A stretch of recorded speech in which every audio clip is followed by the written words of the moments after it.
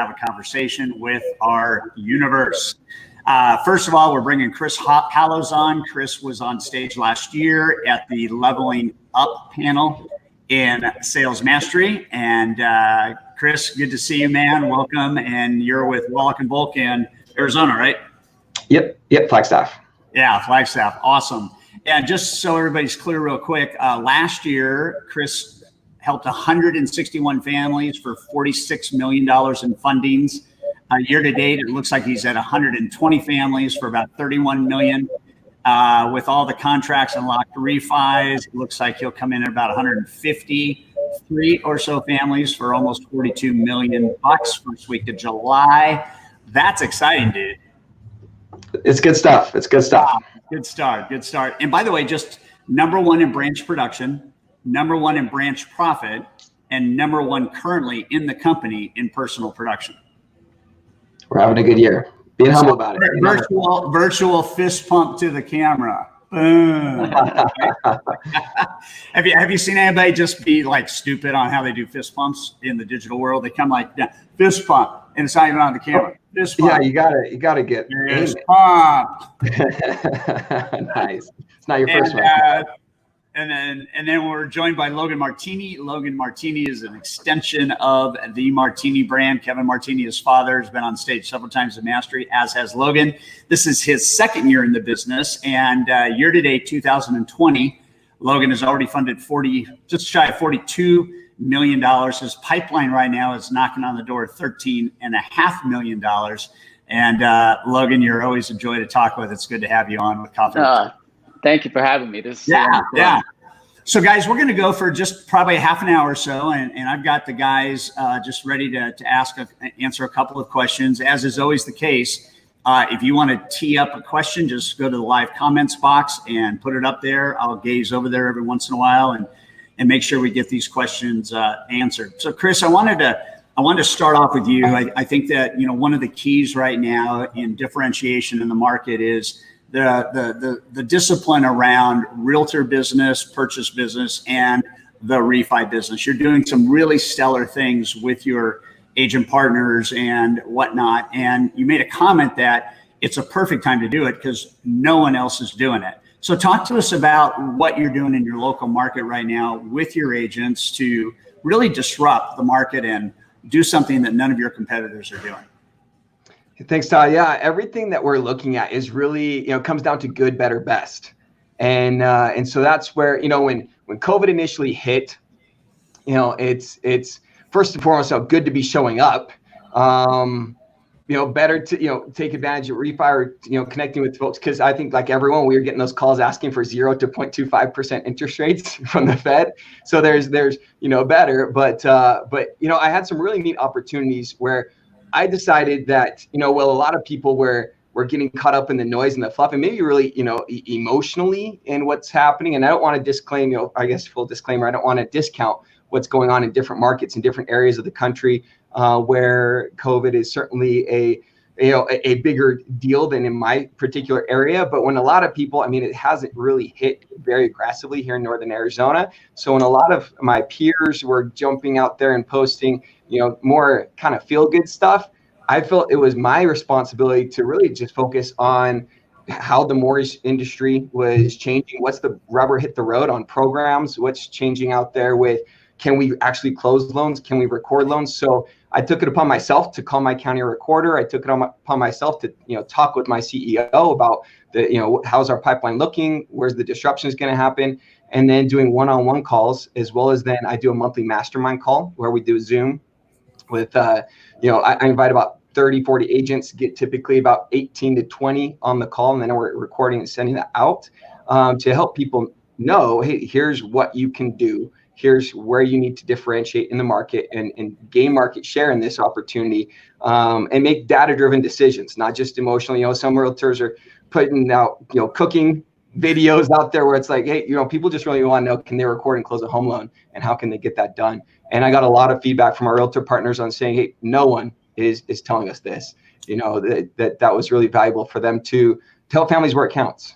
Yeah, for sure. And I think you guys, one of the things that is absolute truth, and I believe this to the depths of my soul, is most of the lenders in the world are not focused on what they ultimately need to be focused on. So that is not to minimize how great the market is in terms of rate, where people can borrow money today versus just 5 months ago, 6 months ago. And it looks like for the foreseeable future, we're going to have an attractive rate market. But what we do know 100% is the longer an attractive rate market goes on, generally speaking, not all the time, but generally speaking, the less loan originators and their teams actually are interacting with their realtor partners and their local influences. And so when you're able to do something that nobody else is doing, you have that disruption differentiation, and people will actually flock to you. The other reason to do this is that, I mean, I've been in markets as a loan rep where rates go up 200 basis points in a day, 300 basis points in a day, and they stay there. And the time to re-engage your realtor business is not when something like that happens. It's now. So great remarks. How are you handling? I mean, you're number one branch, number one LO. You got all these great accolades. And by the way, I want you to tell a little bit of your story, because just 3 or 4 years ago it wasn't like that. But what are you guys doing right now to from a leadership standpoint to really help your ops team win and really help deliver still in the market we're in a brilliant consumer experience? Thank you. Yeah. It's and again, full disclosure, we're trying just like everyone else, so we're not nowhere near perfect. There's that ideal in reality, and I'd be doing a disservice if I didn't set the groundwork to say, dialing into you and actually starting. I'm on my 2nd year of now high trust coaching with Hope. Hope is my coach. Good shout out. She is stellar, and that was working with Hope. I find like a lot of different leaders. I loved the Rick and Mike interview last week, as I drew so much from that and would echo so many things. But I think I tend to care a lot, and that led us to making decisions that weren't exactly data decisions. So working with Hope and setting the groundworks over the last really 12 months, so that we were being a high trust, attractive brand to bring on 3 new loan officers. We didn't actually have to bring on a whole lot more support staff, because we had highly trained people ready to handle that volume, so that we're bringing in a high quality experience. And even though bring on new LOs that have different processes, they're channeling through the same LOAs that have been with us for 5 to 10 years.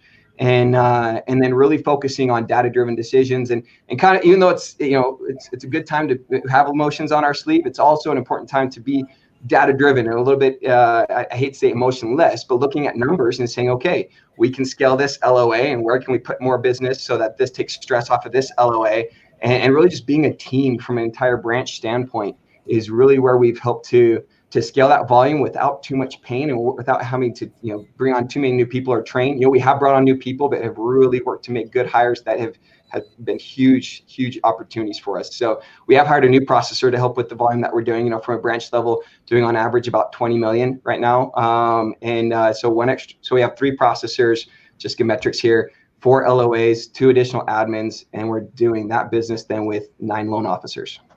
Yeah. Awesome. So one thing I heard on the video I watched last night was you had reported in, so this would have been October of last year, and you were in your first year of coaching, but that your branch profitability had gone up.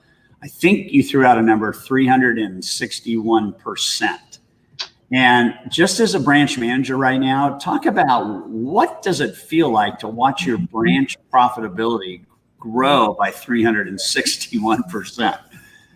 It's, and I'd be doing a disservice if I took all the credit for that. It's been really, really neat to see that through the years we've made some good hires. Those people were loyal. They were team players. Yeah. And we just, especially like our support staff was there and ready. They just didn't have, helping our current LOs, our existing LOs scale up a little bit, and then bring on some new LOs and building that high trust culture. Really was neat to just see good things come into play with the daily due diligences and the culture that we were building, to really see all of a sudden. It's kind of like the field of dreams. If you build it, they will come. And it's really awesome to see that happening. And especially in this environment that now is just crazy and historic. And we'll all look back at this and just wish we worked a little harder. but knowing that we have the team in place to really help us maximize it, and that wasn't, that's hard to put in place today to hope you'll get it in 6 months from now. It was already in place. So one of the things I know Hope and you were talking about is scorecard quality and file quality, and the importance of recognizing that you've got to manage not only the metrics, but you got to manage the recipe of how to manufacture good loans. So before we switch to Logan, talk to us a little bit about how High Trust Coaching and Hope has helped you really get this scorecard mentality kind of going. What's it look like? What's it feel like? How do you use it to lead? Yeah, so we've really then, we focused on kind of a threefold, right? Loan officers design a file, LOAs and processors build a file, and then all that underwriters should do is approve. Say, all right, you designed it, you built it right, and you're done, right? And then it just flows through underwriting, and that's where we are able to really separate duties and say, okay, is that a design piece, a build piece, or an approved piece? And things shouldn't go back up the assembly line, right? It really needs to be an assembly line there. And then recently pushing out some initiatives. So we just pushed out with a scorecard of 4 simple questions. Did you basically give enough time? Did you submit in a timely manner? So we have certain parameters on time. Did you explain the file? Did you also then do some simple worksheets on the LOA side of things before it's getting submitted, so we know the direction of the file? And the last piece, especially right now, is getting BOE information.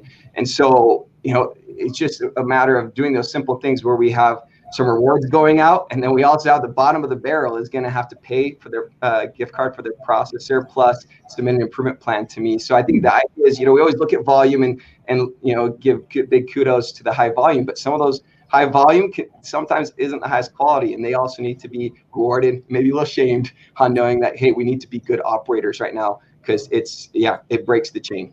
Yeah. One of the age-old truths that I even use as the owner of our company right now in certain expense decisions and spending decisions, and what I used to do with originators across the country was, in terms of quality of a file, if you were writing the check to fund this loan, would you? And would you feel 100% safe and secure in writing a check for $200,000 and knowing that you're going to get paid back? Is that the kind of file that you have right now? And it was a really good early lesson for me. And it seems to be that you're talking about the same thing right now. You gotta do quality. Awesome. All right. Well, we'll come back to you, Chris, as we roll along here. So Logan, welcome, man. Martini Power. Yeah, thank you. First, let me say, Chris, that's awesome doing all that and having a new baby and everything. So during all this, that's kudos to you, man. But no, thank you for having me. No, it's so fun. I 6 or 7 years ago, I remember my first connection with your dad, and I remember him talking about you and that you might be groomed for the mortgage business. And here we are 6 or 7 years later. You're only in your second year, right? You started in 2019, standard purchase only. And many of those clients are obviously refining now. But the thing I found interesting about your little dossier here is, quote, and this is a Logan quote, "I didn't know how to even write a refi until February of this year." That to me is hilarious. And yet, you're cranking. I mean, you are absolutely cranking along. Year to date, looks like you funded $42 million. You have a pipeline of $13.5 million, and you are in the middle of your second year of being in the business. Yeah, so, the pipeline's at 15 million today, but I'm pretty pumped about that. But yeah, I'm definitely double dipping on the refis, and I'm beating where I was last year for the whole year, and I'm just putting my head down and keep grinding. So you're one of the greatest things for us in our organization is when guys and gals like you trust. Obviously the company is called I Trust. So we don't do anything that we don't want you to trust. And in coaching, you have to release the brakes, and you have to trust what the coaches are teaching you. And that's why, any of you, if you've never had a free coaching call with one of our certified coaches, you need to do that, because I was fascinated last night. I was watching a documentary on coaching, and it was featuring Elon Musk. And Elon Musk, of all crazy things that you could possibly imagine, has a brain coach. And his brain coach every single week helps optimize Elon Musk's thinking as an inventor, entrepreneur, business person. So again, hightrust.com, come there for the coaching free conference call and see what it might mean to you. What has that meant to you, Logan? I mean, you got your dad coaching you got, us coaching you and leading you. And all of a sudden here you are, you're going to knock on the door of 60 or 70 million this year. It looks like if halfway through the year, you're already at 42 million. That's what I'm hoping the floor will be. But no, it definitely means a lot to me. I mean, I remember Kevin used to tell me, even Tiger has a coach. One thing, especially right now, I was, really lucky that my dad was a coach for y'all and, still coaches sometimes. And basically, he got into the mortgage business in 2009 and, he could, tell me some pointers and things like that for everything that's going on right now. It's saying, hey, we're still going to be a purchase business, but refis pay the bills, purchases will buy you a new watch. So definitely lucky to have him there and, all your stuff too. And another point to that with the high trust, and maybe Chris, will agree to this, is we were pretty groomed to do webinars and buyer consults online when a lot of lenders are, sounding like used car salesmen just going over the phone. So definitely was prepared to get into this situation and do everything webinar wise or, electronically. Yeah. Well, we're going to talk about this, but you just gave me something that I wanted to mention. That one of the things that coaches help you with is what Logan just talked about, and that is the quality of the questions you ask. And one of the things when you come on for a free coaching call and you're in coaching is it's really not some patterned, let's go out and ask these 10 questions. It's not that at all. We're talking about, in the world in which we live, that there is a very deep need for two human beings to connect. So lender, agent, to connect. Lender, borrower, to connect. Agent, seller, to connect. Agent, purchaser, buyer, to connect. Connection, everywhere. And in the connection modality, there's an interesting thought process that there's two central elements that are sandwiched between chemistry, which is I like you, you like me. So we got to have that for a partnership to work. And then on the other side of these two things is conflict management. And that's not negative. It's any high performance relationship will always have conflict because you're innovating and creating. The two things in the middle are conversation and collaboration. So chemistry, that gives you the permission to have a conversation. Conversation yields deeper collaboration. And the more we innovate, the more we have to just manage potential conflicts that come along as we spin up the business. I am blown away that less than 1% of loan originators surveyed have a strategic questioning process to create influence with agents and with borrowers. And it's not how many questions you ask, it is the depth and the quality of the question. You look at the 80-20 rule and, I could go into any market as a practitioner of high trust and NOP certified and all that kind of stuff. I could probably ask 2 questions of every agent and get the business, where some lenders will ask 10 or 15 and not get the business. So how good are your questions? Talk about what you've been doing with your partnerships with agents. You have something cool, FaceTime dates. FaceTime. Yeah. Talk about that. So all my partners, even this time, it's a good time to work on the business, not just in the business. So, I'm still saying, hey, just because I can't meet you at a restaurant or a coffee shop or even, just meeting you out or in doing, the high trust interviews and things like that.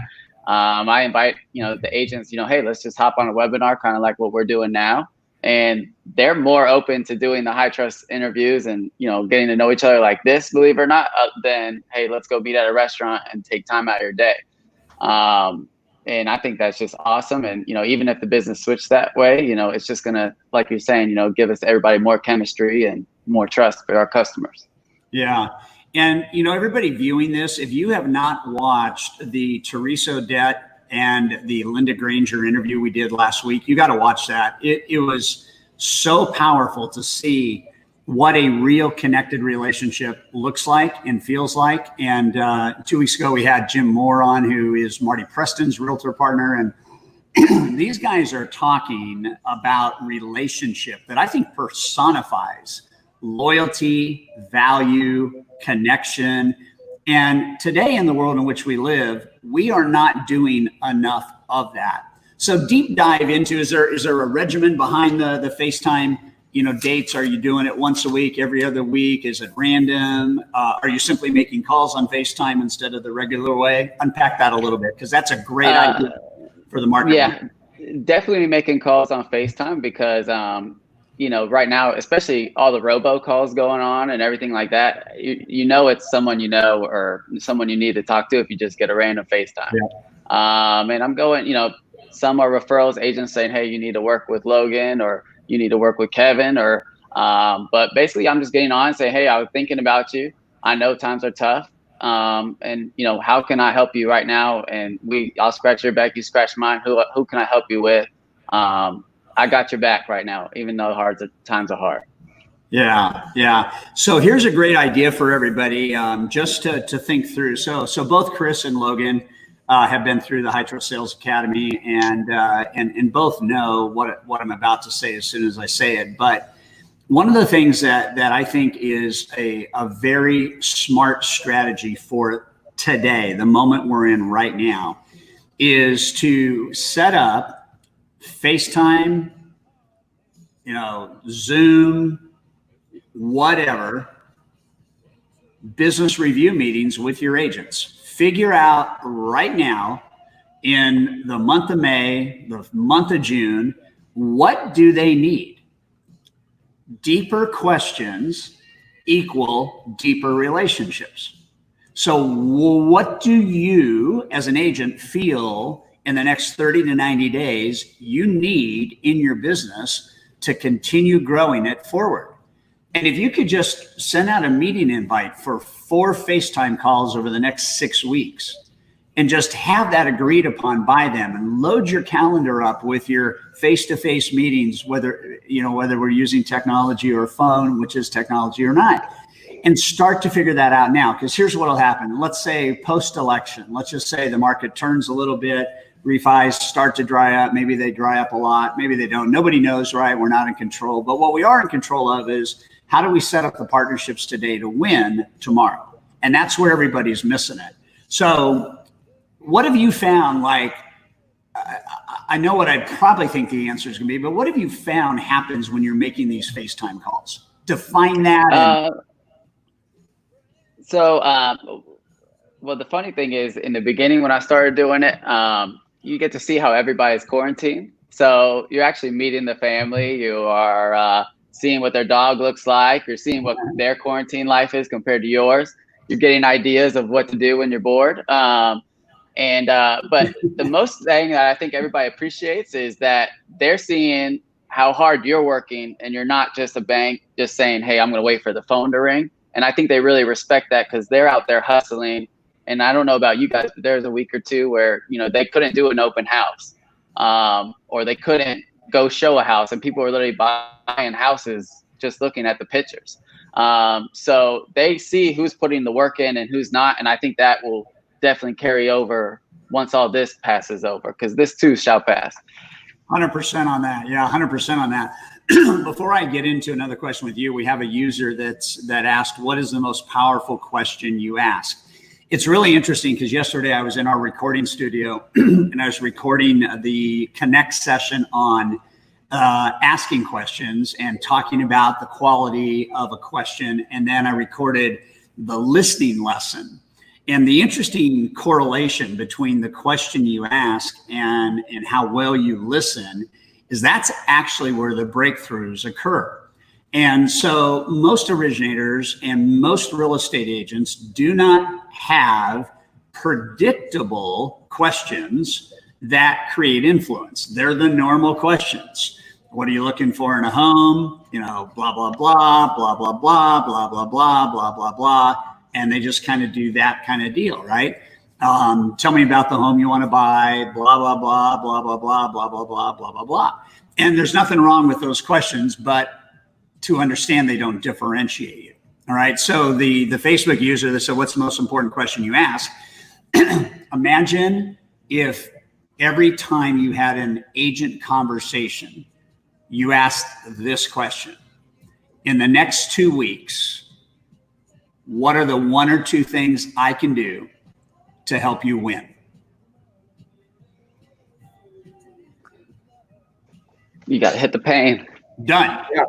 Just done. And I like the other one too, that I get asked from my coach, so I steal from your high trust coaching, but I guess I pay for it, so it's good. Frame it with the time frame. In the next 2 weeks, what is your greatest challenge? Yeah. What are your greatest challenges in the next 2 weeks? I like that. What are your greatest challenges? Here's something that's really important, guys, to understand. And man, take this. If you're a leader, take this to all your LOs and even share it with your staff and team. And that is, we're in a world right now where you got to help people win, number one. And nobody usually in a general population can reject you if your purpose is to help them win. And it is truthful, it is honest, it is connected. So if I can help you win, then I've got to be able to help solve. And there's a fear in most people's minds that they don't have the answers to the questions that they're going to ask that present what they could solve, because they don't know that they could solve it. And what I need everybody to understand is that if I'm going to help you win, I got to solve where you're losing. I got to come alongside you and help bolster up whatever it is that isn't working for you. And it's very interesting. I typed in something yesterday because I was interested in it on listening. Just typed it in, and it was like, what are the top behaviors of the best listeners in the world, or something like that. And in 0.9 seconds, I got 43 million sources on listening. I'm not going to spend, the rest of my life going through 43 million sources, but because I understand SEO, I can look at the top 30 and get some really great. So Chris Hallows calls me and he says, Todd, just checking in. I said, Chris, good to have you check in. Hey, over the next couple of weeks, where do you sense you have a business challenge, and how can I help you win? And Chris goes, I don't think I'm listening very well right now. I need to figure out the 2 or 3 things I can do to listen better. That's great, Chris, man. Do you have any hunch on what those things are? And maybe listen to that.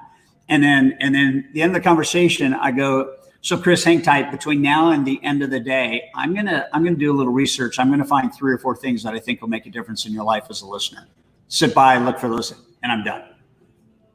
And what we have to do today is we have to meet people where they are.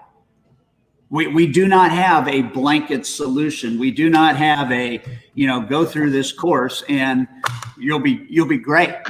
Everybody's got different needs. So that's what I think is most powerful about the dialogue that we're having. Just the idea that deeper questions, deeper relationships, it's going to all be about helping people win, bringing them value that works, and having confidence that that's the best way to build a high trust business. And what we do when you come in and test the free coaching system is we give you this track to run on. And I'll just tell you, as the owner of the company, the track that we put you on is designed to help you win, period.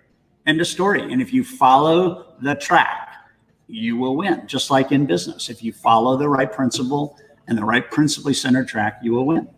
So we're at about a half hour. We got about 5 more minutes. Chris, what's the one thing you're most proud of this year? And what's the one thing you're looking forward to about next year? Whew. Big questions.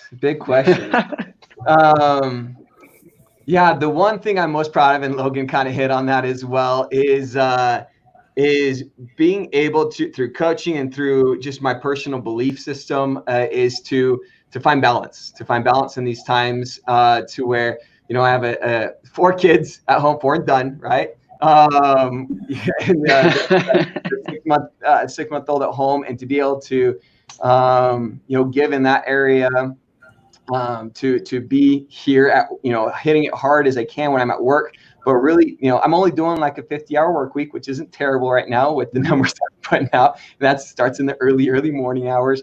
And so balance, I think, is the key piece that I've really been able to hone in on this year, and to be as effective as we are at that balance is a big accomplishment for me. Humans don't do balance well. And I think what I'm looking forward to, I should say, as much as next year, that we're not resting on our laurels, that it's, we're redefining our why we are serving Northern Arizona, and why, do we need to grow? Do we like where we're at? And I think really honing in as a team to figure out where our future is collectively is what I'm looking forward to doing next year, and building, the people-driven branch that we have right now, not just on anyone's ego or goals.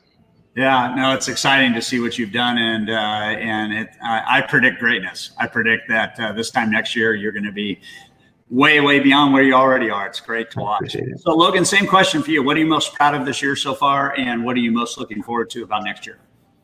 I think I'll just answer both of them with kill two birds with one stone. Is one thing that I wish that was really strategic that we did, but it wasn't strategic. It's something that just really came from the heart, and I'm seeing the ball roll down the hill, grow and grow and grow. Is Jim McMahon and Stuart Hunter, Kevin Martini, Chad Fleming. I mean, I think us and our whole company, Benchmark, has really jumped on the VA train. And, I don't need to say the letters of the company, but there's a lot of people saying we're going to take care of our veterans that aren't.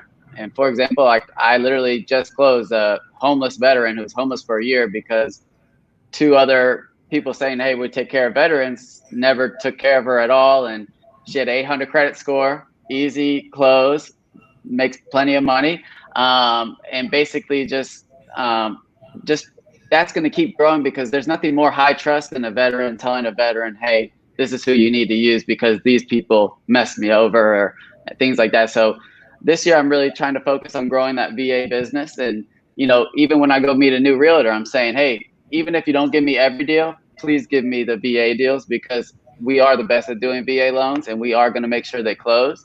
But next year, again, I want to see that keep going, because one, I think everybody needs to be a little more proud of America right now. And two, next year will be 20 years from 9/11.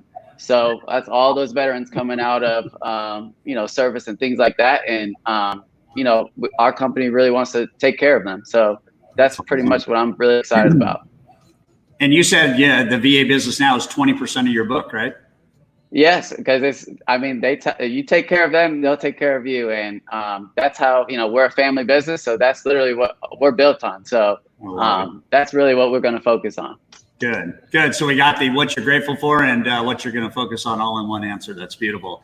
Well, guys, I sure appreciate you coming on. We limit these to 35 minutes. It's 34 past the bottom of the hour. Everybody from Facebook, LinkedIn, Instagram, obviously, YouTube Live. Grateful that Chris Hallows from Wallach & Volk and Logan Martini from Benchmark joined us today. These guys are knocking it out of the park. They're products of high trust coaching and a deep desire to win and help people win. So thanks, guys, for being on. Really, really loved having you. And thanks, everybody, for listening. Forward this to your team if they weren't on. You can share this with anybody that you have in your company. And Logan and Chris, can't wait to see you soon. And thanks so much for contributing. Thanks, Todd. Appreciate it. Yeah, thank you, guys. Good seeing you.